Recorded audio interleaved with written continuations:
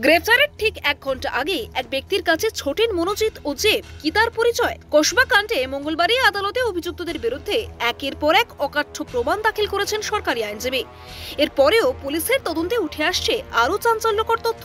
ঘটনার পরের দিন গ্রেফতারের 1 ঘন্টা আগে বালিগঞ্জ স্টেশনের কাছে ফার্ম রোডে একজনের সঙ্গে দেখা করেন অভিযুক্ত মনোজিৎ মিশ্র ও জেব আহমেদ। গত 25শে জুন সাউথ ক্যালকাটা ল কলেজের মধ্যে এই ছাত্রীকে গণধর্ষণের অভিযোগে গ্রেফতার করা হয় মূল অভিযুক্ত প্রাক্তন টিএমসিপি নেতা ও কলেজের অস্থায়ী কর্মী মনোজিৎ মিশ্রকে।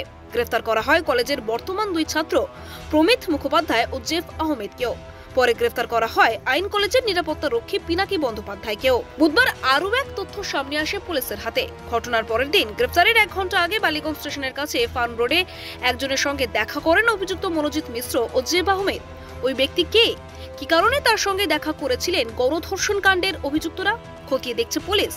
সূত্রের খবর, দুজনের মোবাইল ফোনের টাওয়ার লোকেশন পরীক্ষা করে জানা গেছে ঘটনার পরের দিন অর্থাৎ 26শে জুন সন্ধ্যে 6টা 25-এ ফার্ম রোডে কারোর সঙ্গে দেখা করেছিলেন মনোজিৎ ও জেব।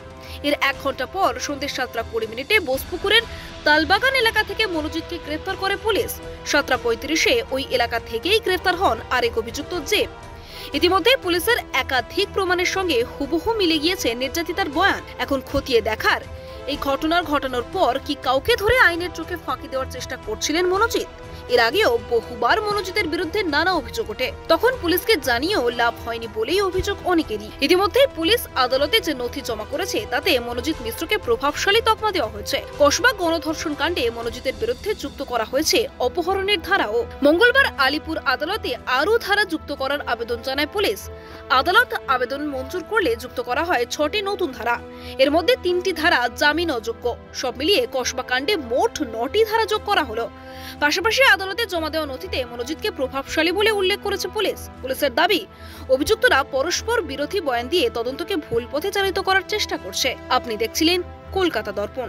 ভিডিওটি লাইক করুন, আপনাদের মতামত জানান কমেন্টে। নিয়মিত আপডেট পেতে সাবস্ক্রাইব করতে ভুলবেন না। নমস্কার।